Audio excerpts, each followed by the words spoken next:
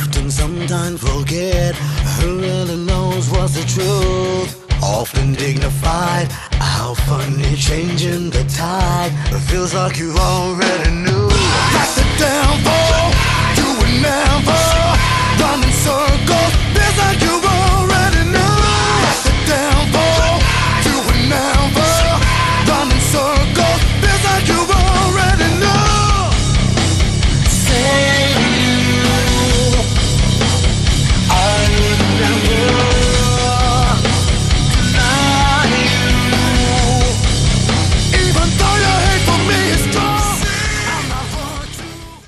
Hey, good evening, everyone. It's just time for another. It's just another time of John getting on here on a Friday night and ranting like some lunatic. Not really, but listen. We've all seen the clips of Pam Bondi's testimony. We've seen the meltdowns. I'll play a few clips just so we can all rehash it and relive it and kind of chuckle at it because it's so utterly ridiculous. But I just had to come on and give my take, right? I mean, it's Friday night. I'm feeling a little spicy after the week's events. And I have to come on and you know, speak my feelings about this. That's kind of a woke way of saying it, but that's what I'm going to do.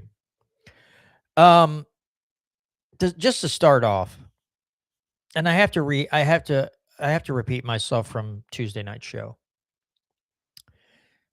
This isn't a left or right issue. These Epstein files, this evil perpetrated on young women, young girls, this isn't a left versus right issue. This isn't Republican versus Democrat. This isn't anything but good versus evil.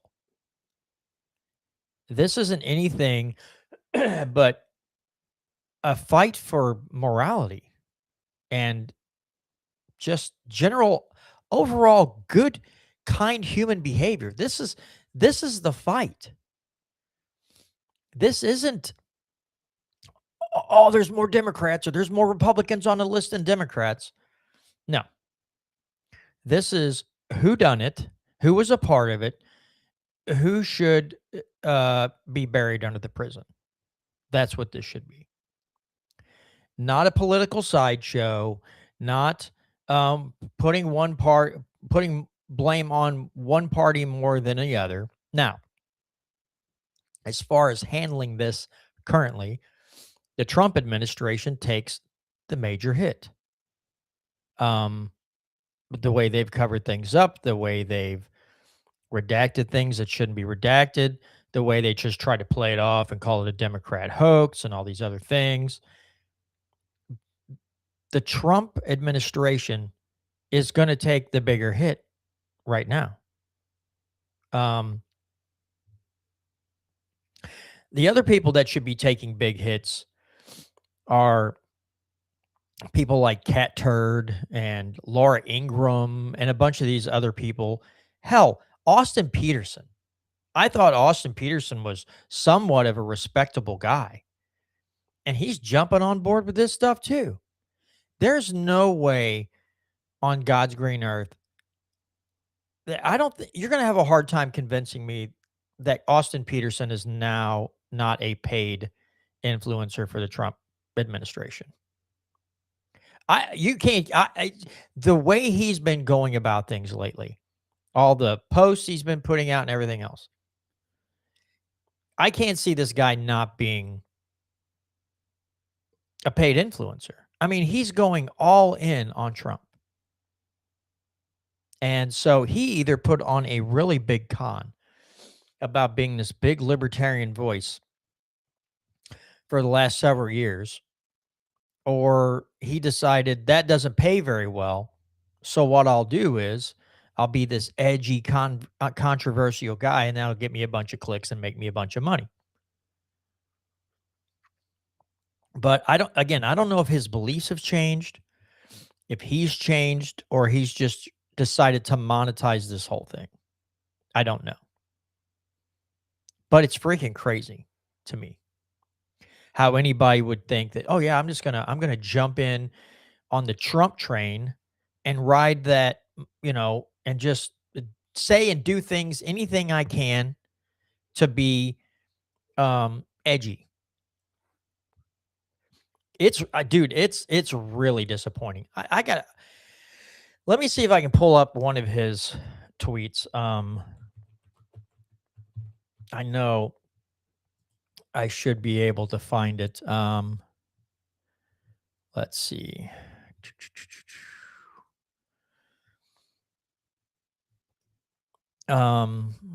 I know he's had some stuff on the last cut. Okay, come on.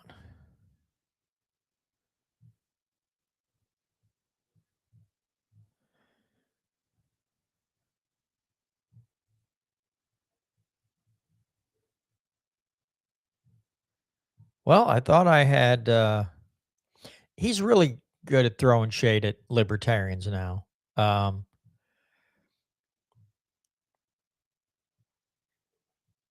so like let me come on, don't let me pull up the one post here. Let me share my screen. Let me pull this up.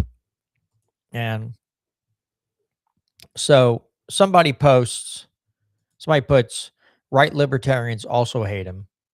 And he responds with woke right libertarians hate Trump, you mean? And come on. And it's just ridiculous post after ridiculous post. Um, let's see. Man, he posts so much. Um, yeah, he wants to go on about libertarian nationalism, and um, so I don't.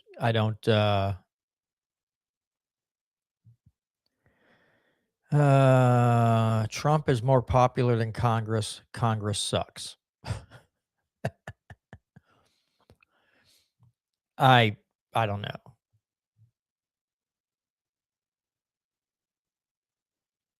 Let's see. Libertarians won't shut the F up about force, but they never talk about fraud. Lying on an immigration application is an act of fraud. Gene Wu and Elon Omar should be denaturalized and deported. That's the law. Um, there are three main targets of political obsessive compulsive psychopaths: Trump, Jan 6th, and the Jews.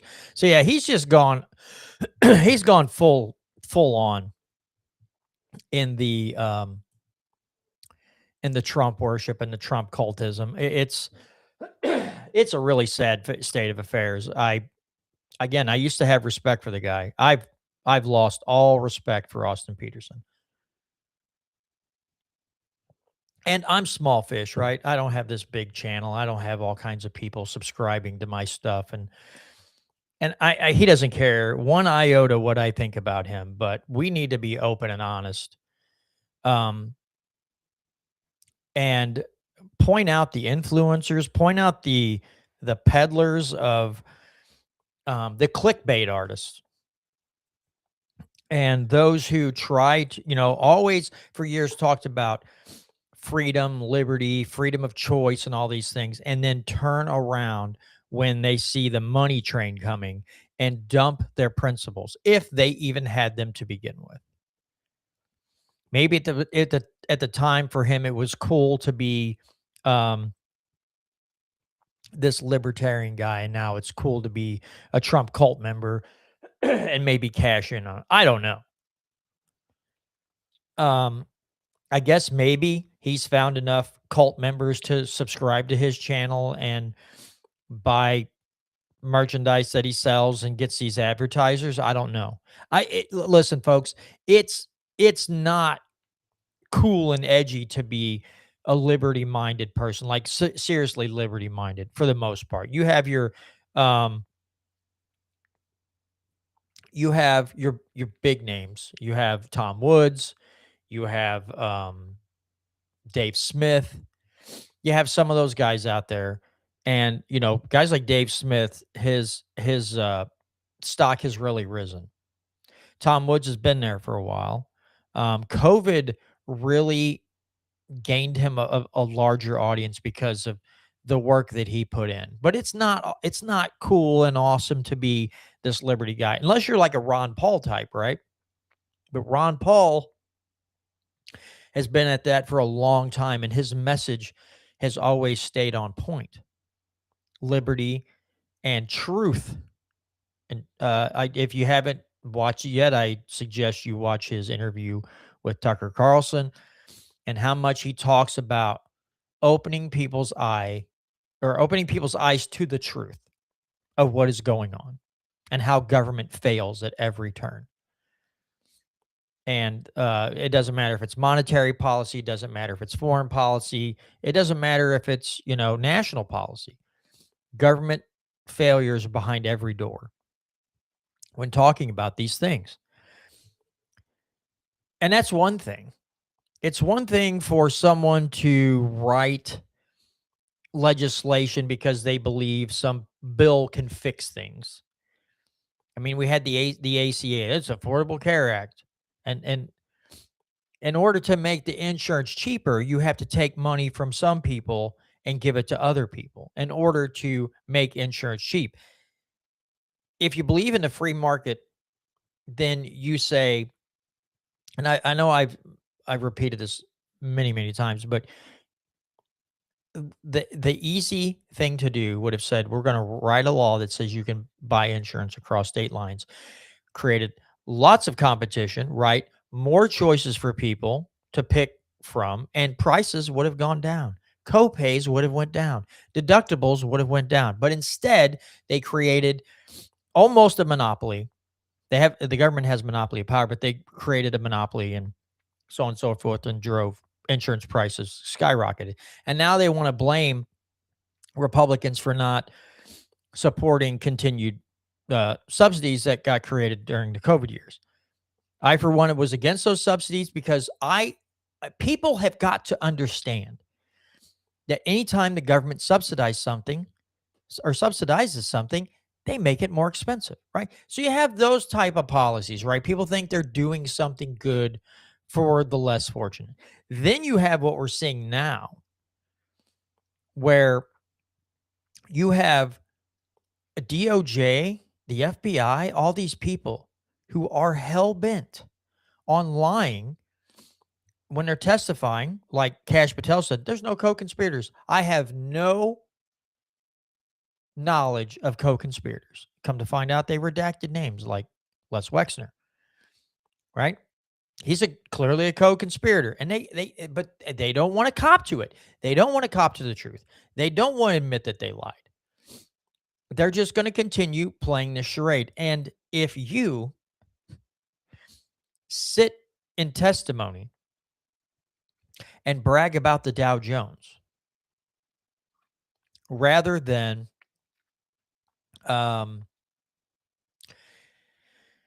clamping down on about the most horrific crime you can think of, which is violating the innocence of youth. How do how does how does how does the United States survive? You look at other countries around the world, man, they're putting people in jail. People are losing their jobs, being kicked out of their jobs, or losing their power. In the United States, a coworker of mine reminded me of this today. The United States, no one's losing anything. Nothing. It's like business as usual. And we're at the epicenter of this. The United States is at the epicenter of this whole Epstein debacle. And being at the epicenter, we have a government, for the most part, that doesn't seem serious about really finding out who the who's who in this whole Epstein saga.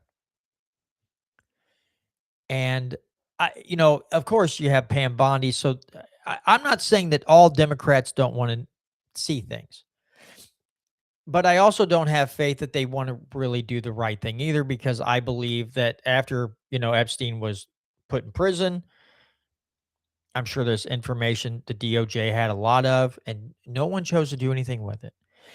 It's just the fact that the Trump cheerleaders, prior to their 2024 campaign, promised people they were going to dig into the Epstein files. And so this came to the forefront in the media. People all across the country, what's in the Epstein files? You had the Dan Bonginos and the Cash Patels and all these, Trump himself. But when it came down to it, when it comes down to doing the right thing, I use like a hockey term. They turtle up, right? When you turtle up in hockey, you maybe make a hard hit on the boards. The other guy gets up, he wants to fight you, and you just put your head down and try not to get hit. And these people are all turtling. Trump, Bondi, Bongino, Patel, and so many others. They're turtling up. They acted tough.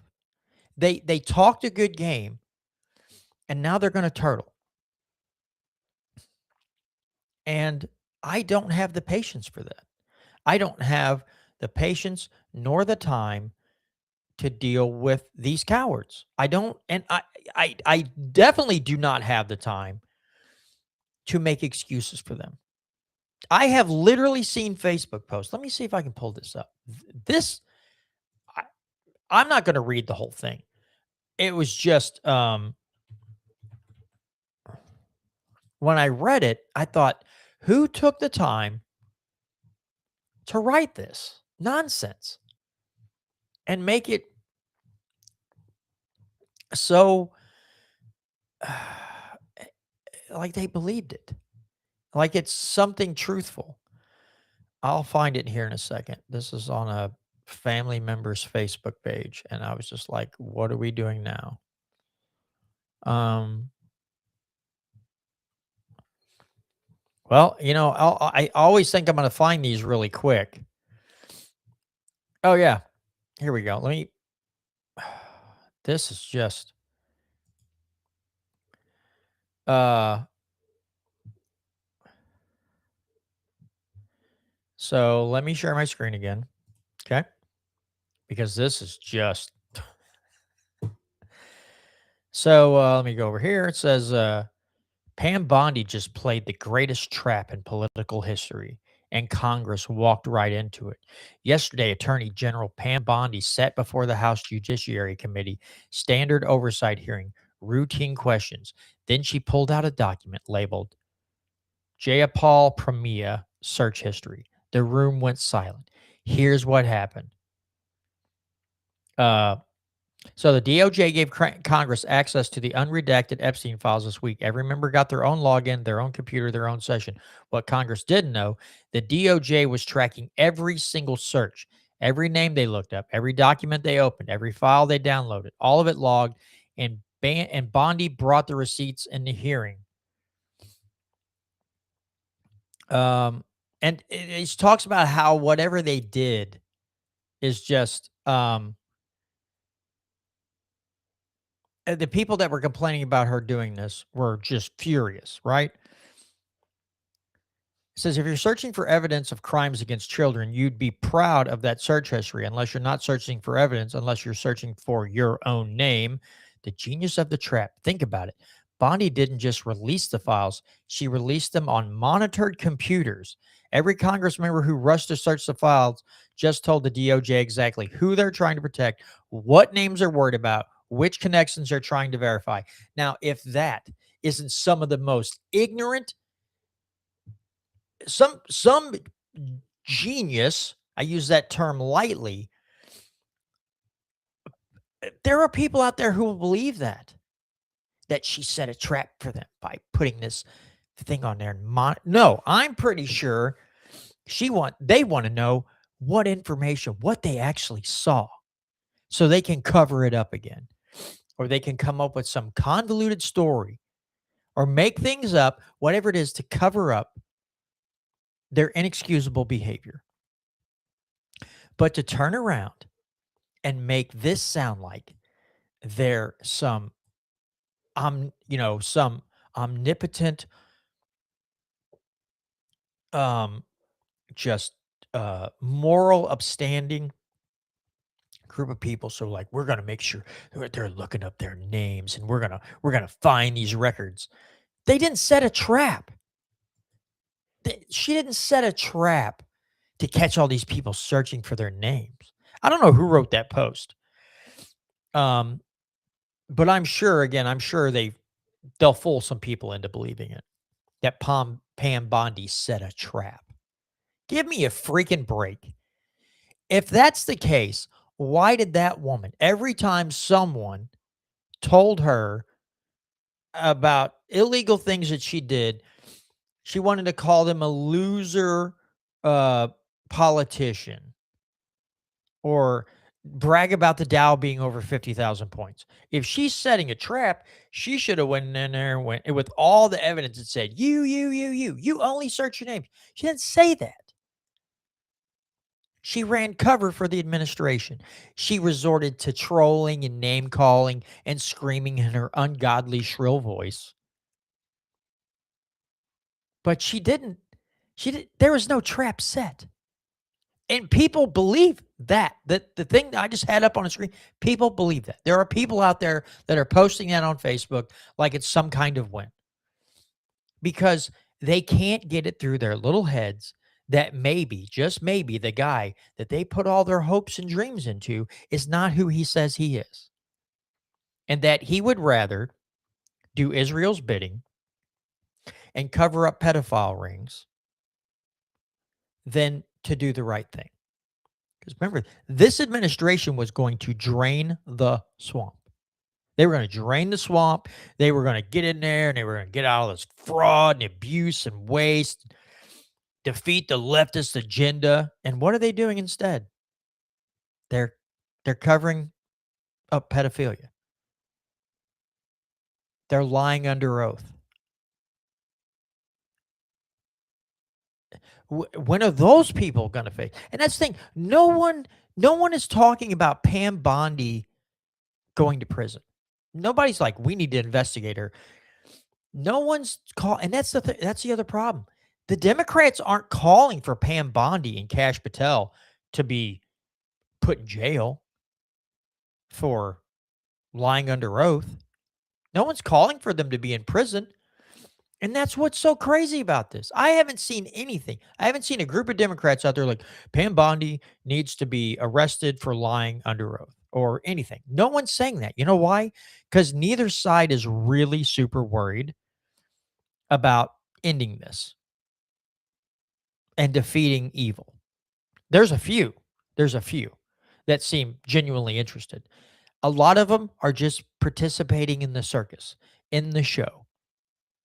Now, if I start seeing people like, I don't care if it's Democrats, Republicans, either, a group of people standing up and say, we need to bring these people back in to testify again.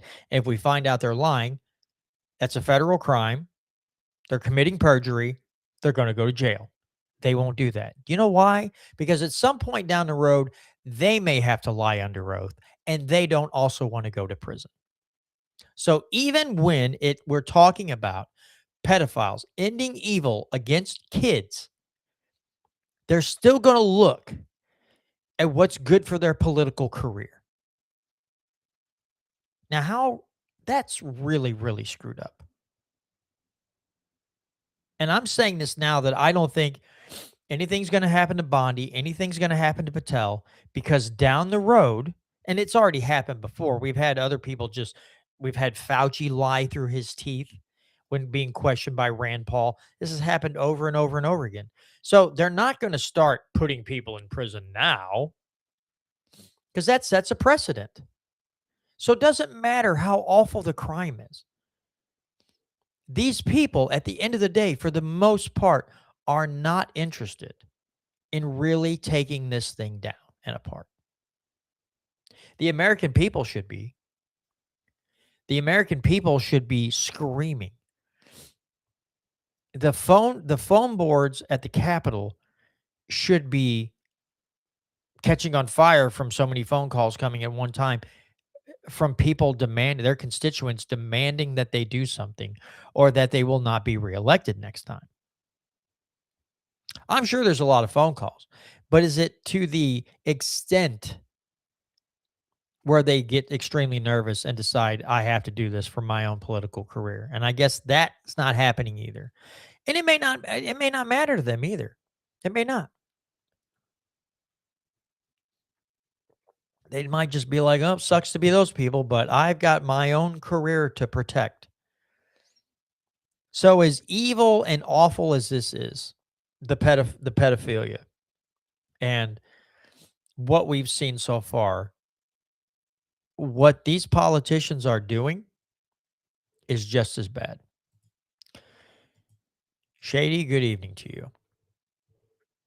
So, yeah, what these politicians are doing now, and again, like Jasmine Crockett, she got on there and she lit up Pam Bondi. But are these Democrats that are using this right now to go look at what the Trump administration, what Pam Bondi did, are they going to press uh, for repercussions? Are they just going to use what Pam Bondi did and what the Trump administration is doing, help win the midterms, and then after the midterms are over, nothing, no repercussions, no one going to prison, no serious repercussions for anything that they've seen?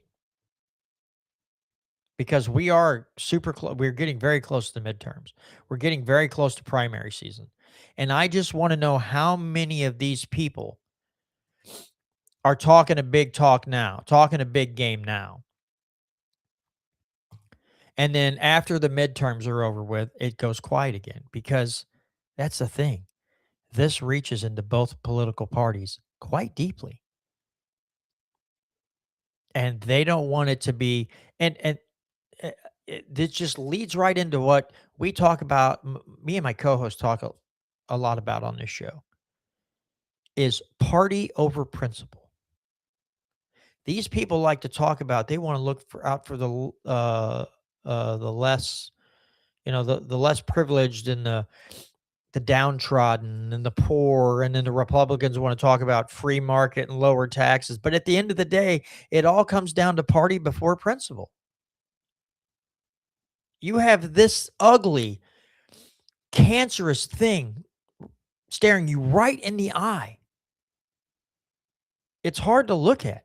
It's hard to fathom the evil that was perpetrated on these young girls. And we still have a group of people that seem more interested in their political career and keeping their party at the top of the food chain than they do bringing evil, demonic people to justice. And I just don't get it. My co-host asked me Tuesday night what my prediction was on this whole thing, and I told him, I said, it'll get paraded around for a bit.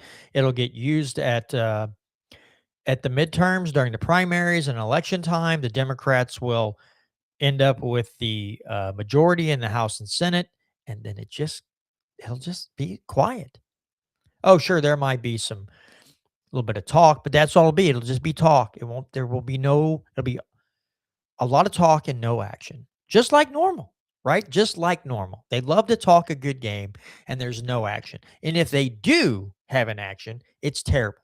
And we lose more liberty and more freedom, and they get more money and more power. And Shady's right. Need to do away with the parties, just another form of division. Or we need a lot more parties. And we need the top two, the Republicans and Democrats, to keep to we need to figure out a way to get more parties and more choices in on our votes and keep the Republicans and Democrats from making rules to make it harder for other parties to get on a debate stage or whatever. Because if their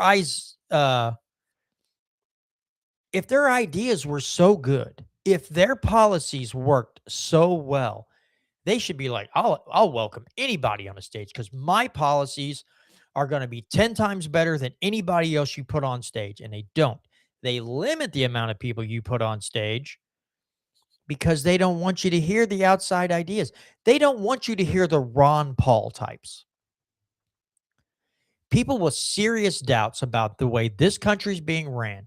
Again, whether it's our monetary policy, our foreign policy, our national policy, they don't want people coming in like a Ron Paul type that know things, very knowledgeable people that are good, that have a good liberty message, because they'll get up mud holes stomped in them on stage, and they can't have that. So we have to have this bread and circus left and right. So you have it in the debates, you have it in pedophilia, and pedo rings.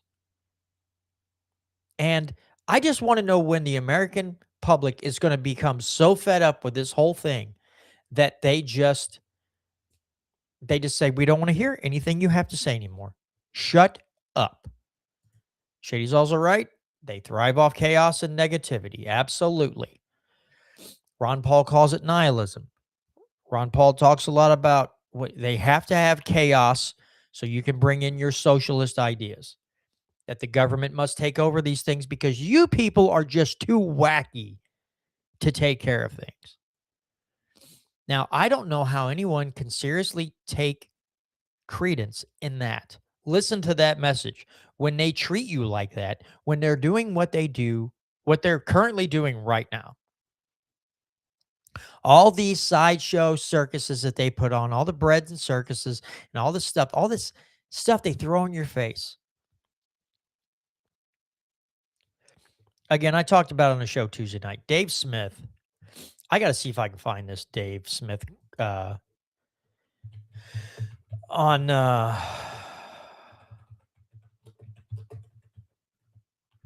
what he said about the let's see if I could find the video. I don't know if I can find it now. But yeah, I'm gonna probably have trouble finding the video. But he says it way better than I can. And so, but now that I want to find it, um, I probably won't be able to find it.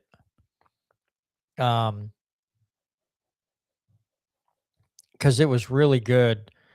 But basically he said if let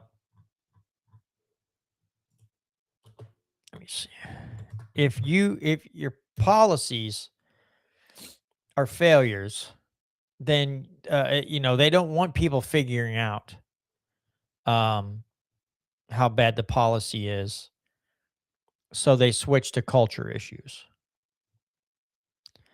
And he talks about in 2012 how uh all these things, the trans movement, um, and all this other stuff starts coming out. And because they pushed it, because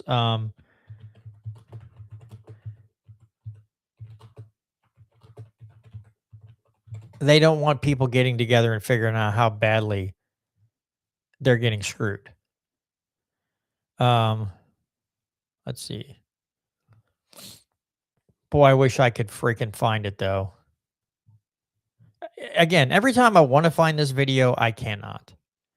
And it just irritates me to no end because he was on Patrick Bet David's show, I believe, is when he stated this. And maybe I can find it that way. I apologize. Uh I really thought I could find it by now. And yeah, apparently I cannot. Because I am a crappy podcast host. But yeah, I don't know why I can't find it now. This sucks. Um Wait, is this it? Okay, maybe this is it. Hold on. Give me a second.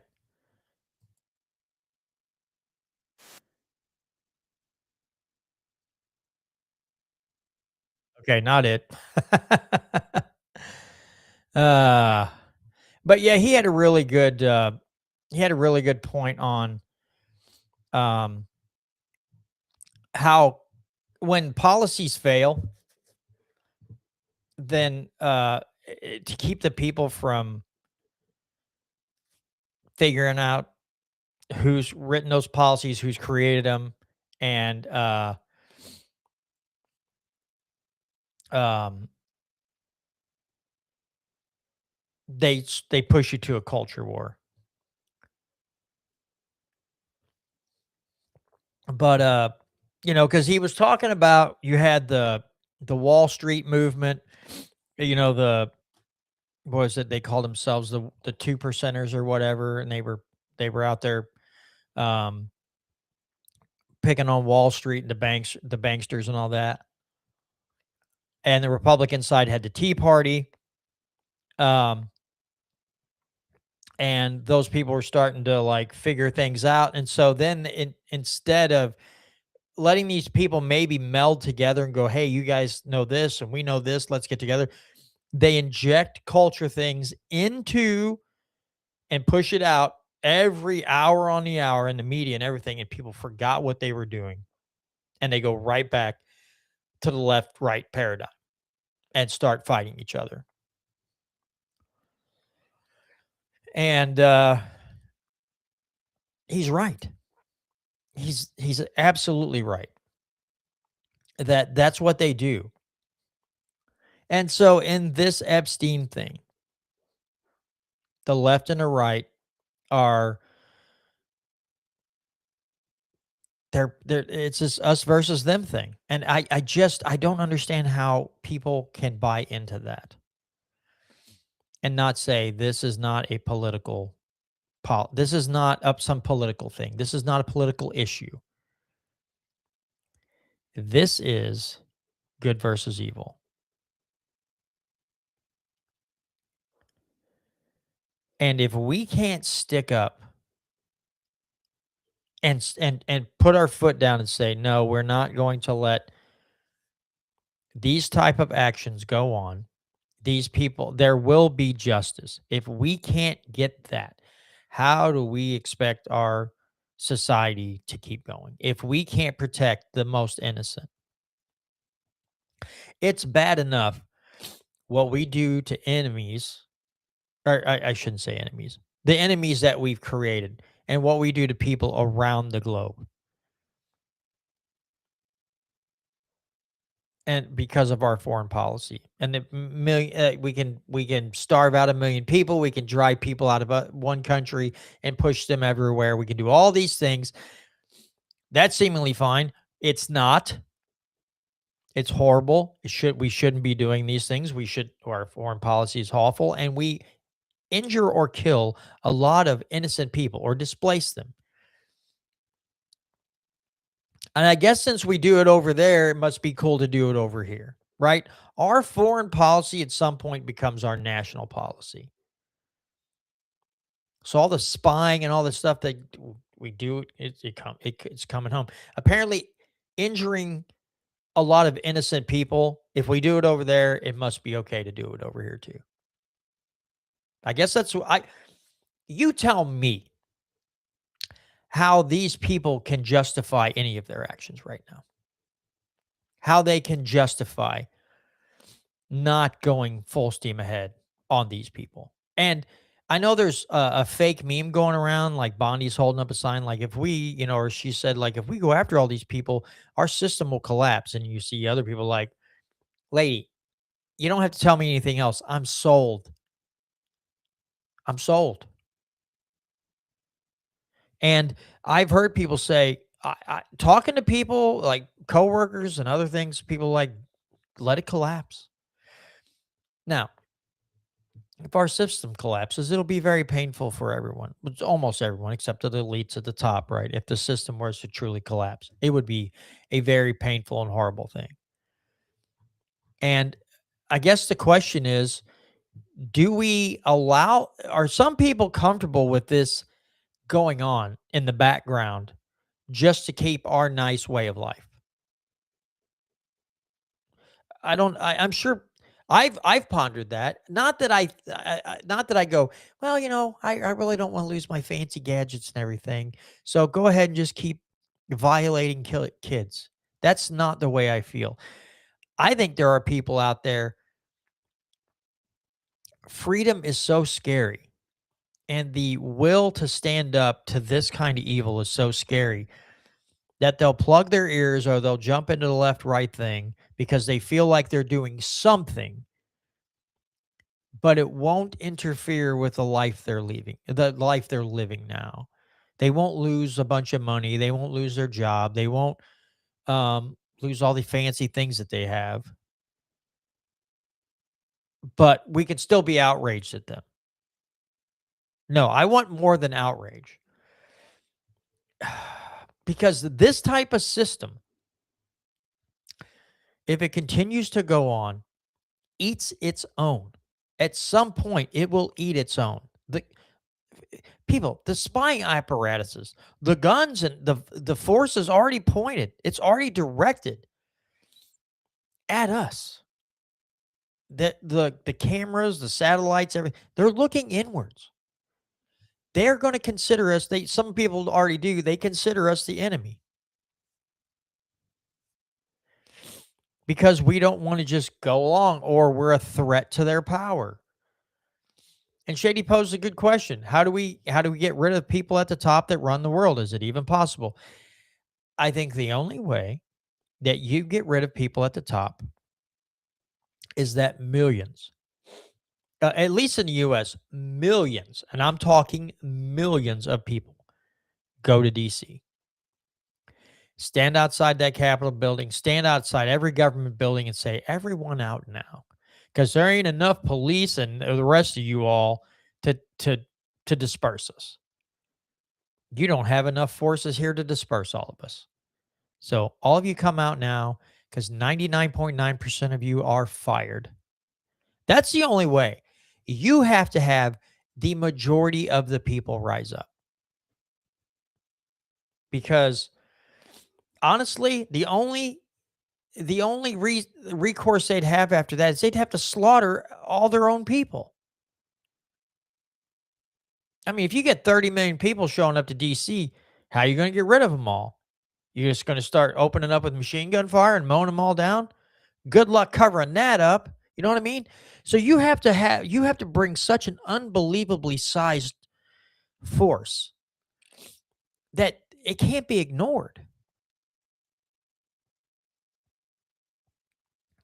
That's it. That's the only recourse we have. The elections, I mean, unless the majority of Americans just stay home on election day and go, we have no confidence in anything. So we're not voting for this. Now, they would just go, well, no one voted, so we're all staying in office. We're all going to continue our thing. But you would cause some shockwaves, right? They'd be like, all these people stayed home. What's the deal? Like the polling closes, or the polls are empty. Everybody's just went to work and gone home, and no one's voting. What's the deal? So you cause a shockwave. You'll cause some ripples. They'll begin to wonder what's going on. But it's going to take a massive movement of people, a massive amount of people, to affect the kind of change that we need to show the world that we will not abide this. We will not tolerate this type of evil. And I hate to say it, but I just don't see it happening. A country of people just tend to wait until the very last moment before the uprisings really start. And that's when there's no food to eat. People are hungry. They're starving. They don't have any money. The system's breaking down. Then people truly freak out and push back. And it's too late, because then you don't have the strength to fight. If you're hungry, you might be able to fight a little while, but if you continue being hungry and you're starving, you don't have the strength to fight. So why wait till the last minute? Why wait until things are so economically bad that you have to, what the media would call, make a radical change in the people in power and have somewhat of a semblance of like a Javier Milei moment? Honestly, And Malay's okay. He's not the greatest, but he's way better than what we have right now in office. He's at least willing to make some pretty big changes. So I don't know. How long are we going to have to wait before there's enough people who are fed up uh, to create the shock waves needed to make fundamental changes to this country? And I don't know what that answer is. I wish I had all the answers, folks. I really do. And I wish I had the faith in humanity that we would wait until it's not too late or wait till the very end to push back. But I don't know.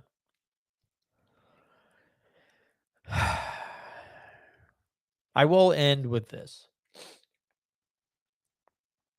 the stupidity that I've seen people attacking Thomas Massey about this and calling him a Democrat.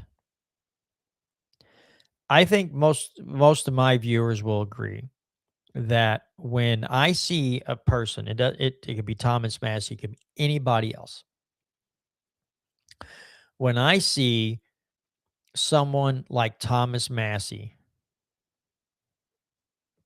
getting attacked the way he does, my intuition tells me that that person is doing the right thing, and he's upset the system, and the people in that system don't like him because he's trying to shine a light on the bad things that they're doing.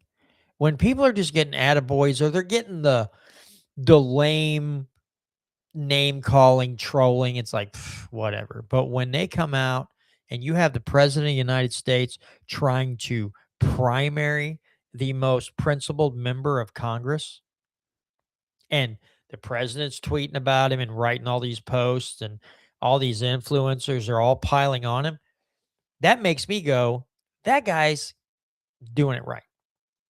That guy is who I should be listening to and talking to, or at least tempting to talk to. But that's the guy I need to listen to. And that's what my intuition tells me. The people who are getting beat up the most when they take a stand on something, a principled stand, something that's backed by fact and truth and honesty and morality, and it's ethical, and everyone's just crapping on them from up high, that's the person that I'm going to tend to listen to and go, I wonder what this person has to say. Right. He's over the target. That's the thing. When you start getting attacked like that, you're directly over target because they're in panic mode and they're firing volleys of whatever they have. There's a lot of dumb, idiotic, and stupid things and lies. A lot of Scud missiles they're firing that don't hit their target. So, again, we've got to protect the Thomas Masseys of the world. And we've got to bury the pedos under the prison. That's all there is to it. All right, folks, that's my little rant for this evening. Thanks to all of those of you who joined in on a live stream this evening. I appreciate you very much. And don't forget to come back next Tuesday evening at 6:30 p.m. Central Time for another edition of the Missouri Liberty Report.